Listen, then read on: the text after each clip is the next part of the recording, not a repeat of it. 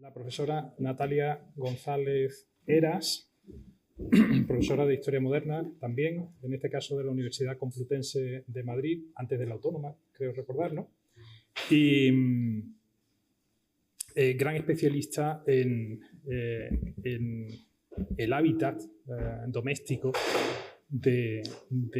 la nobleza, fundamentalmente del siglo XVIII, finales del siglo XVII, a veces también de principios del XIX, porque las épocas, como comentábamos hace un momento, pues están precisamente para conectarlas, para saltar esa barrera que muchas veces nos autoimponemos, pero que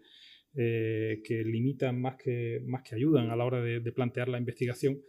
Investigación que ella ha dirigido pues, a entrar en esos ámbitos domésticos que conoce perfectamente, especialmente los ámbitos más próximos a la corte, el espacio de la ciudad de Madrid, las casas de la nobleza, de los servidores de la corte en el siglo XVIII, pero que conoce de manera integral no solamente los edificios, sino también las personas que los habitaban, sus trabajos sobre perfiles femeninos, sobre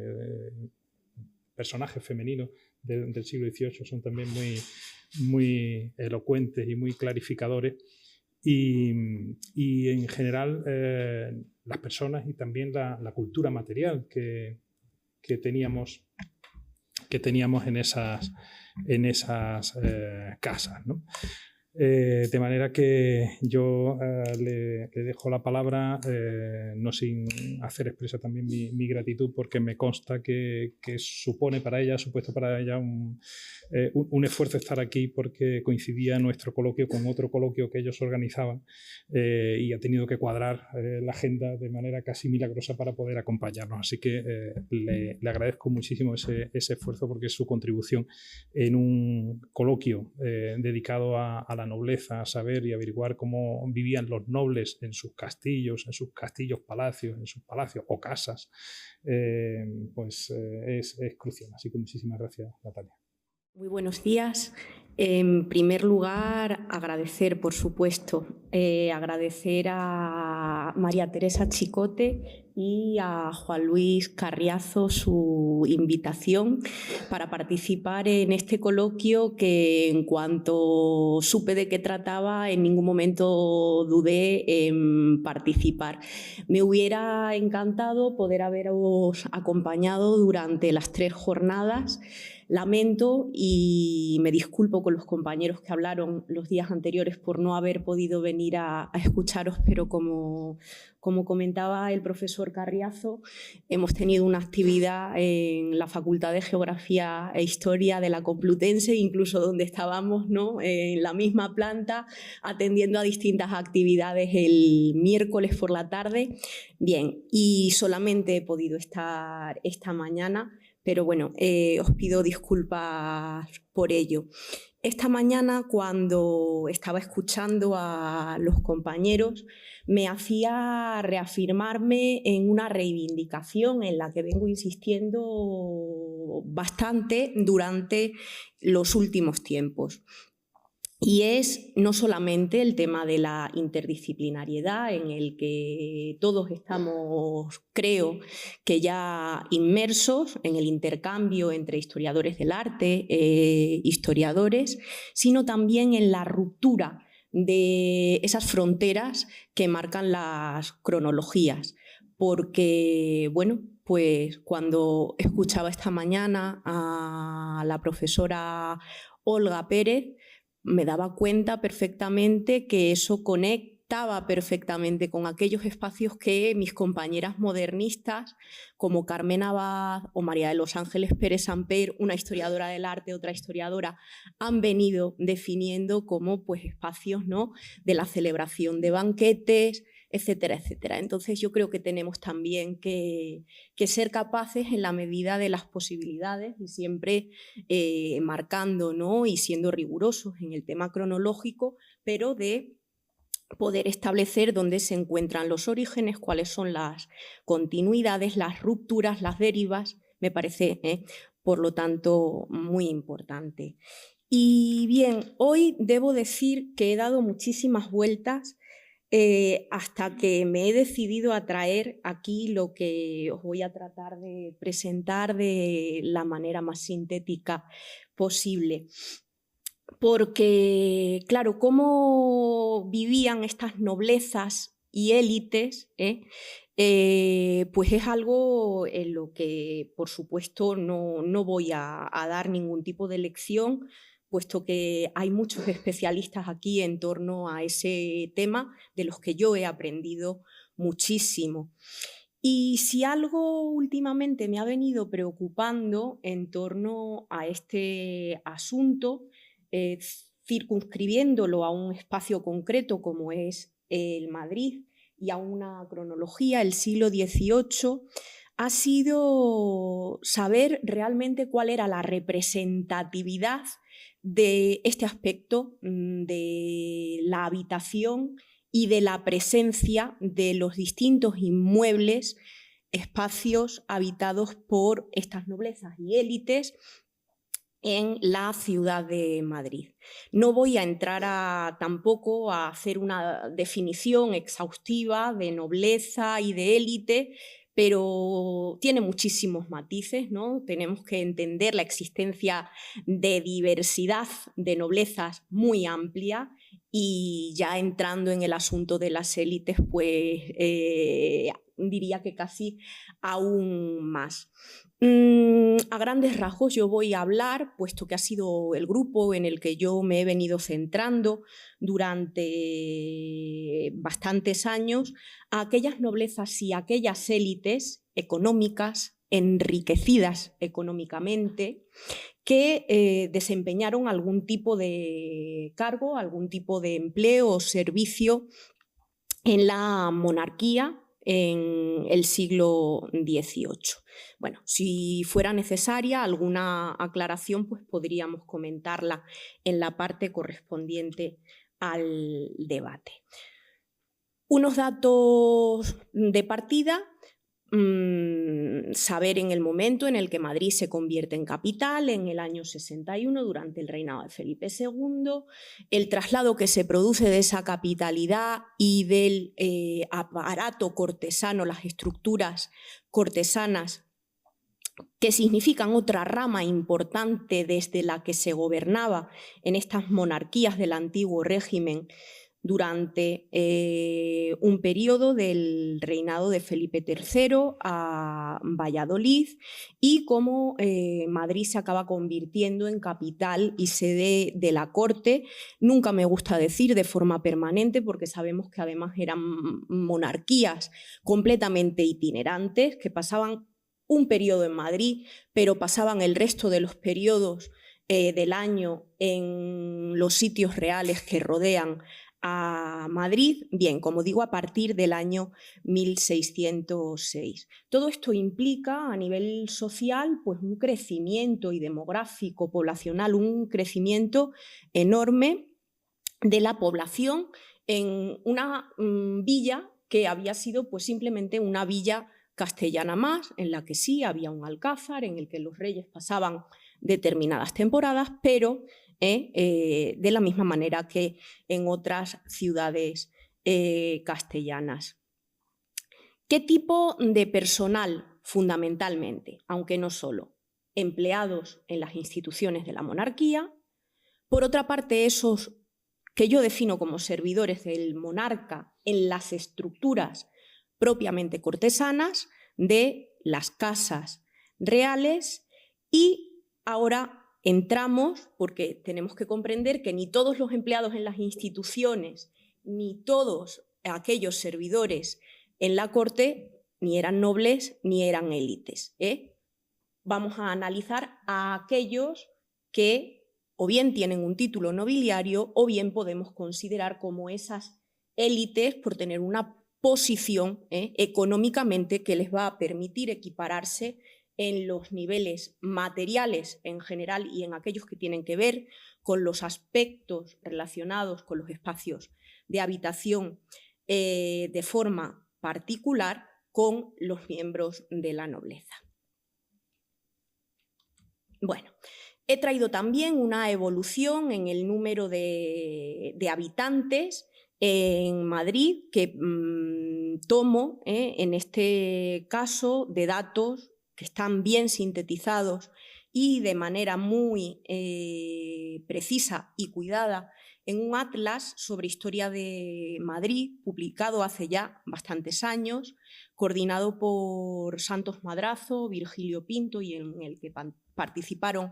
tantos otros miembros de ese equipo Madrid. Bien, pues podemos ver perfectamente el número de habitantes desde el que se parte, a mediados del siglo XVI, esos 20.000, y aquellos 187.000 que se alcanzan siempre aproximadamente, teniendo en cuenta que estamos aún en un periodo preestadístico, en el reinado de Carlos IV, ya hacia finales del siglo XVIII, en ese censo de Godoy. Bueno, aquí hablamos del total, por eso os decía, me interesa saber cuántos son los nobles, cuántas son las élites y, por lo tanto, cuál es la representación que tienen esos espacios de habitación a la hora de definir una ciudad como Madrid. Presencia de nobleza y de élites, pues fijaos, a finales del siglo XVI, si hablamos de nobleza propiamente dicha, solamente han sido recogidos 33 títulos nobiliarios, 3 de duques, 12 de marqueses, 16 de condes y 2 de princesas que tuvieran establecida su residencia como tal. Aquí tenemos que entender que aún estamos en ese periodo en el que, por una parte, todos aquellos que han venido a servir a la corte no lo han hecho de manera permanente ni definitiva, hay una población flotante que va y viene muy importante, y en este caso de estos individuos que a nosotros nos interesan, mantienen normalmente sus casas señoriales en sus territorios de origen. Y a continuación se recoge una cifra algo mayor, bastante mayor, de individuos que se pueden insertar también en ese grupo amplio de la hidalguía. Si pasamos a ver los datos que han sido recogidos para mediados del siglo XVII, nos dan importantes datos al respecto, además de los autores que participan en el Atlas, también varios trabajos realizados por Fernando Negredo en torno a las visitas que se realizaron ya en el siglo XVII a la vuelta de la corte desde Valladolid para ver en qué situación se hallaba esa ciudad de Madrid. Y para mediados del siglo XVII se cuantifican, como pueden ver recogido en la pantalla, unos 3.500 servidores en las estructuras cortesanas, divididos de la manera en la que lo indico, en la casa del rey, en la casa de la reina y en esa originaria casa de Castilla. Atención, 3.500 servidores, pero no todos, ni nobles, ni distinguidos, ni élites. 200 aproximadamente se pueden insertar en estos grupos que nos interesan como altos cargos palaciegos. Y por otra parte, aquellos que ubicamos empleados dentro de las instituciones, unos 800 aproximadamente en los consejos, de los que entre 150 y 200 ocupan esos puestos principales de la magistratura y que entendemos se corresponden con esos miembros de la nobleza y de las élites. Mediados del siglo XVIII, 1757, aquí hablo de familias, un total de unas 30.600 aproximadamente, de las cuales vuelvo a señalar que unas 8.400, incluyendo a esos servidores altos y medios de la Casa Real, pero también a otros que no tienen por qué insertarse dentro de estos medios, percibían unos ingresos anuales en torno a los 5.000 reales. Y a partir de ahí menciona, tal y como recojo Marín Perellón que por lo tanto les permitían disfrutar del confort en casa. Si vemos los salarios que cobran las figuras principales que ocupan puestos en los consejos, que ocupan puestos ya en este momento también en las secretarías de Estado y del despacho, o que ocupan las jefaturas palatinas, pues los 5.000 reales son casi irrisorios. Bien, por lo tanto, dentro de Madrid se dice que 1 de cada 3 o 4 familias podían tener ese nivel de confort, comodidad, en un proceso aún de definición en este momento. Vuelvo aquí a traer más cifras, no quiero abrumar con ellas. 3.000, y ahora hablo de individuos empleados en la administración central y municipal, otros 3.000 servidores de la Casa Real, con su correspondiente desglose, para que podamos situarnos. Y pasamos ya a finales de siglo con datos correspondientes a los censos de Florida Blanca para el año 1787 y al censo de Godoy para el año 1797, con 5.575 empleados con sueldo real para la primera fecha y 6.372 para la segunda fecha. Y dice aquí, de estos últimos, de los del año 1797, en torno a 400 son los que nosotros podemos situar dentro de esas élites. Y una serie de estimaciones realizadas a partir del censo de Godoy dice que, y volvemos a ese punto de partida, ¿no? Hablábamos de 33 nobles en 1561, en torno a final de siglo, 1797, los residentes con título nobiliario en Madrid oscilaban entre los 190, 200, que habían ido variando aproximadamente en esa horquilla, tal vez yo la ampliaría un poco más a lo largo del siglo XVIII. Esta es la representación real de estos grupos dentro de la población madrileña y, por lo tanto, que tienen un reflejo en la ciudad con unos espacios determinados de habitación en los que van a desarrollar, en cuyos interiores van a desarrollar una serie de prácticas, de formas de vida para atender a las necesidades básicas, pero también para atender a una serie de funciones que tienen que ver con la representación y con la demostración de cuál es su condición, no solo social, sino también podríamos hablar ya de esa condición cuasi política, aunque aún me cuesta utilizar el término político un poco a finales del siglo XVIII. Como el tiempo que tenemos es escaso, no quería entrar aquí ni a explicar las estancias de las que se componen estos interiores, ni a redundar en el desarrollo de las prácticas. Insisto, lo han trabajado muchos de los colegas que están hoy presentes. Yo también lo he trabajado. Bueno, aquí traía simplemente un gráfico, ¿no?, donde se ve un poco la evolución de la población, de esos nobles. Este gráfico procede de ese atlas histórico coordinado por Madrazo y Pinto. Y ahora, y continúo reiterándome en las cifras, estoy abusando de las cifras pese a que no soy de las de pureza cuantitativística, pero claro, no me podía permitir yo traer hoy aquí imágenes cuando la mayoría sois historiadores del arte y tenéis una destreza mucho mayor en su análisis que la que yo pueda demostrar. Bien, de todos estos grupos que hemos ido mencionando, me interesaba también traer aquí quiénes eran propietarios de casa. Eso no significa que aquellas casas que se hallaban en su propiedad fueran las que ellos habitasen, en la medida en la que para ellos el patrimonio inmobiliario constituía un elemento para la obtención de rentas, de manera que podemos encontrar dentro de sus propiedades unas casas principales, pero el resto son inmuebles de vecinos, que van a dedicar al alquiler y de los que van a obtener importantes rentas, sobre todo aquellos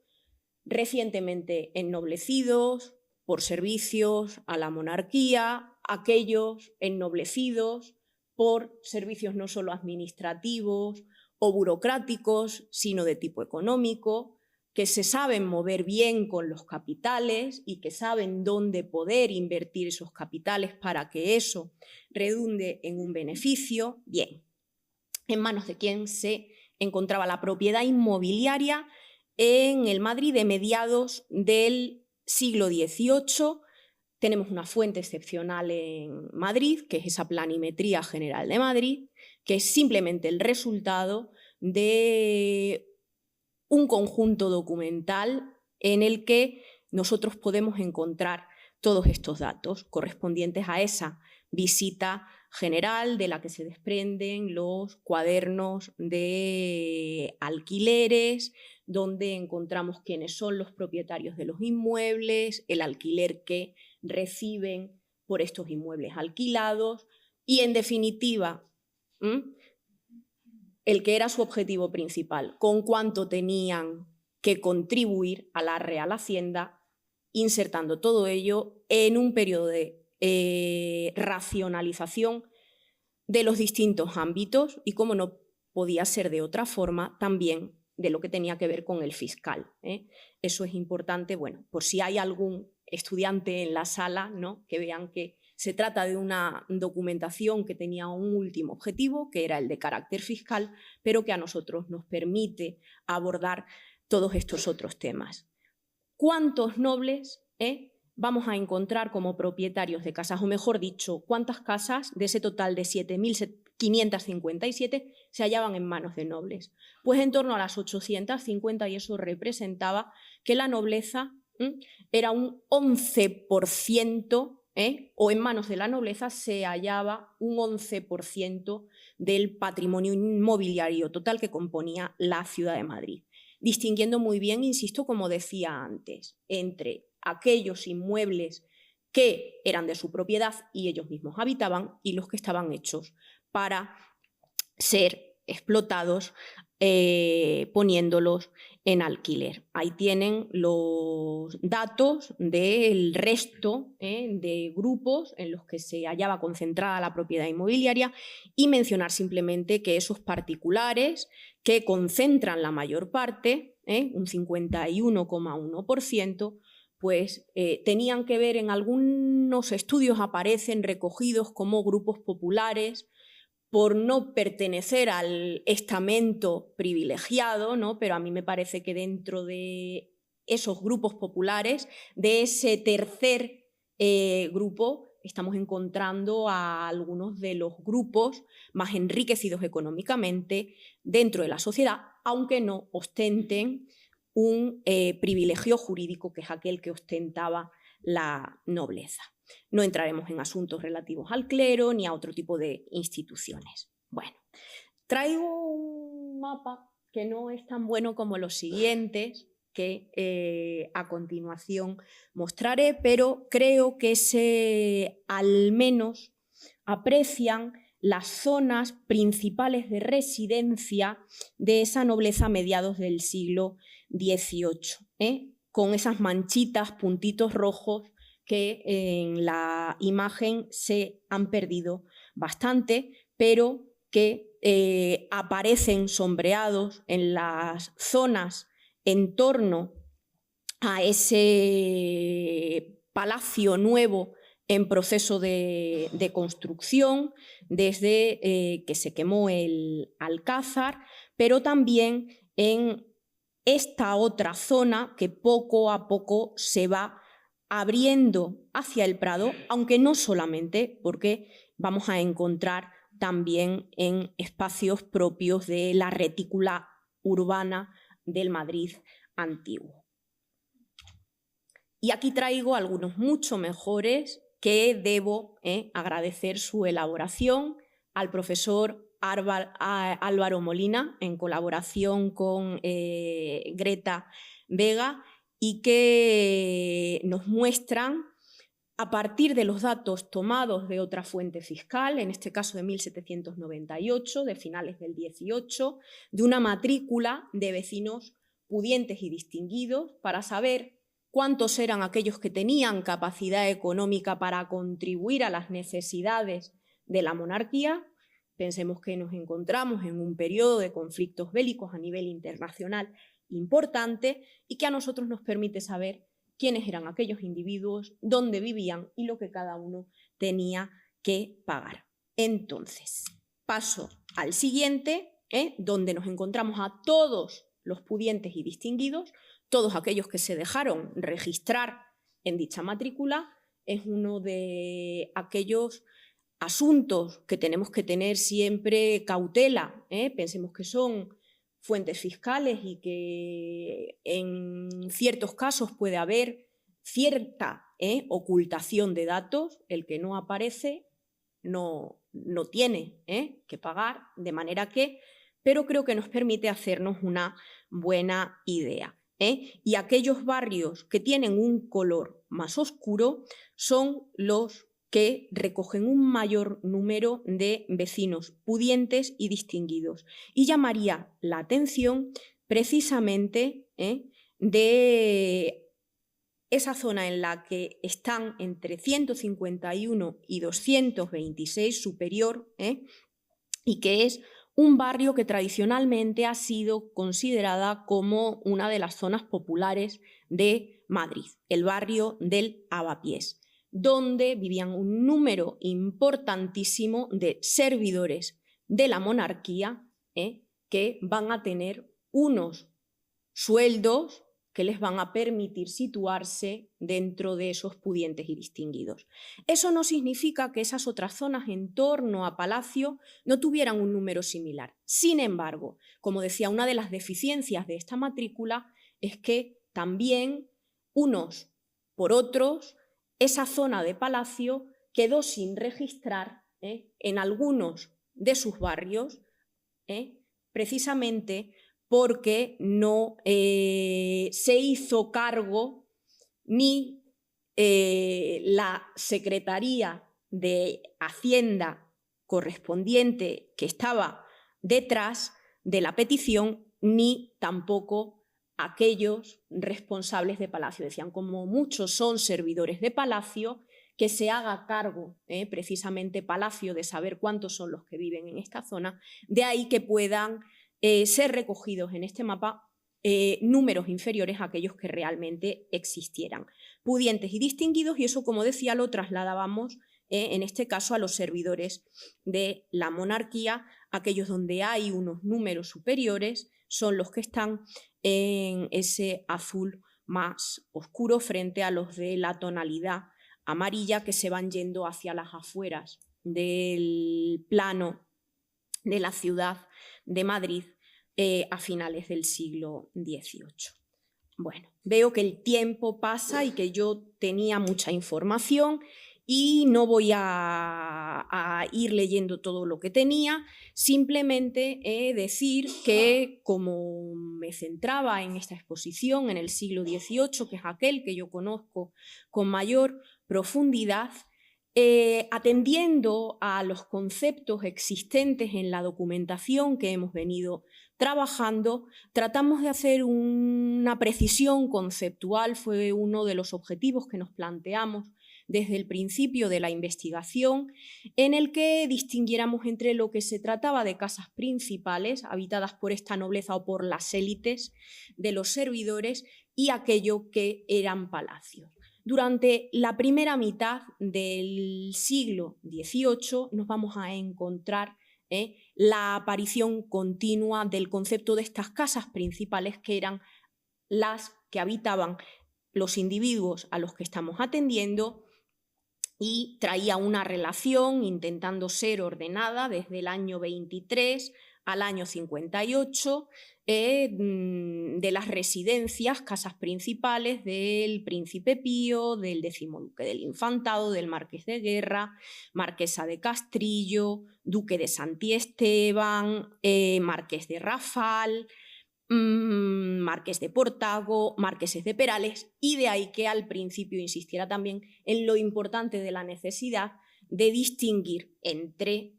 las distintas categorías de nobleza, etcétera, etcétera, porque vemos que aquí todos no eran exactamente lo mismo. Y un artículo que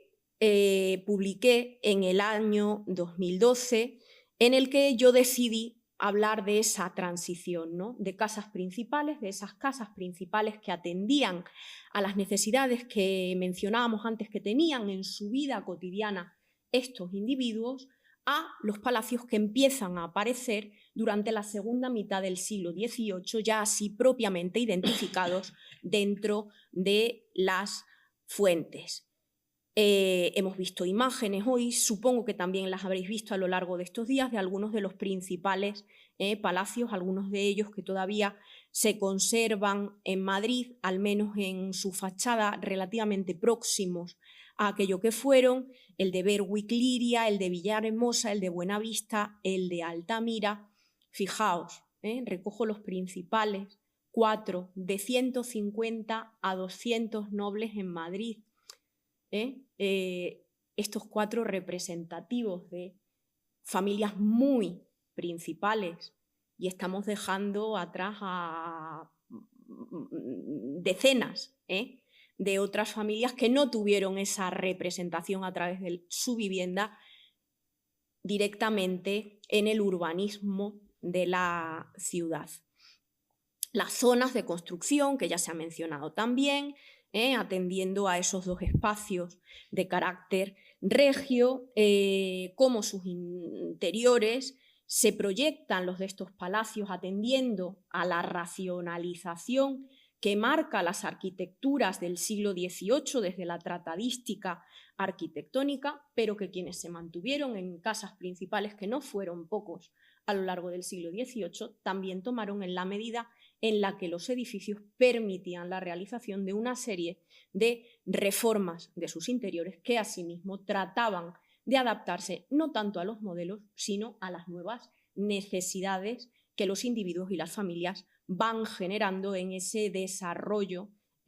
o proceso de civilización de los comportamientos y las actitudes que se ha estudiado mucho desde la historia del pensamiento y de las ideas para la segunda mitad del siglo XVIII. La continuidad de esas casas principales en la segunda mitad del siglo XVIII, insisto, con individuos de distinta condición, que no fueron pocos, miembro del Consejo y Cámara, regidor de Madrid, Francisco de la Mata Linares, pero también Tomás de Anda y Salazar en la Secretaría de Estado, titulados en unas primeras generaciones del título, como el Marqués de los Llamos, pero asimismo algunas de estas grandes familias que hemos visto que construyeron palacios en la segunda mitad del siglo XVIII. El mayordomo de la casa del duque de Villahermosa, solicitando para Pablo Aragón Lor, ex embajador de España en Saboya, gentilhombre de cámara, la necesidad de dar más ensanche a sus casas principales en la carrera de San Jerónimo. No finaliza la construcción del Palacio de Villahermosa, que hace esquina a la carrera de San Jerónimo y el Paseo del Prado, la sede del actual Museo Thyssen, hasta principios del siglo. Pero otros con el palacio terminado, como los... no, pensaba que estaba en la última ya. En este caso, el Palacio de Buenavista, donde no llegaron prácticamente a habitar esa 13ª duquesa de Alba y su consorte, Villafranca, en la medida en la que prácticamente casi todo el tiempo lo pasaron en unas casas de la calle del Barquillo, próximas a la nueva construcción de Buenavista, que como hemos visto en la presentación anterior, sufrió además una serie de contratiempos que retrasaron la finalización y, asimismo, propietarios, estos duques de Alba, de las casas pertenecientes al linaje en la actual calle Duque de Alba, que tenían alquiladas a otra de las grandes, a la condesa de Montijo, habitando asimismo unas casas principales, en este caso bajo la fórmula del alquiler. Y finalmente traía el caso del palacio de los Berwick-Liria y decía que pese al empeño, ¿no?, del tercer duque de Berwick por la construcción de este palacio de Liria, conocido por todos, vamos a comprobar cómo, una vez finalizado el palacio, todavía sus sucesores se encuentran habitando precisamente unas casas en la plazuela del Ángel, con fachada, en este caso, a la calle del Gato, y que dicen que también van a necesitar una serie de reformas. De manera que, bueno,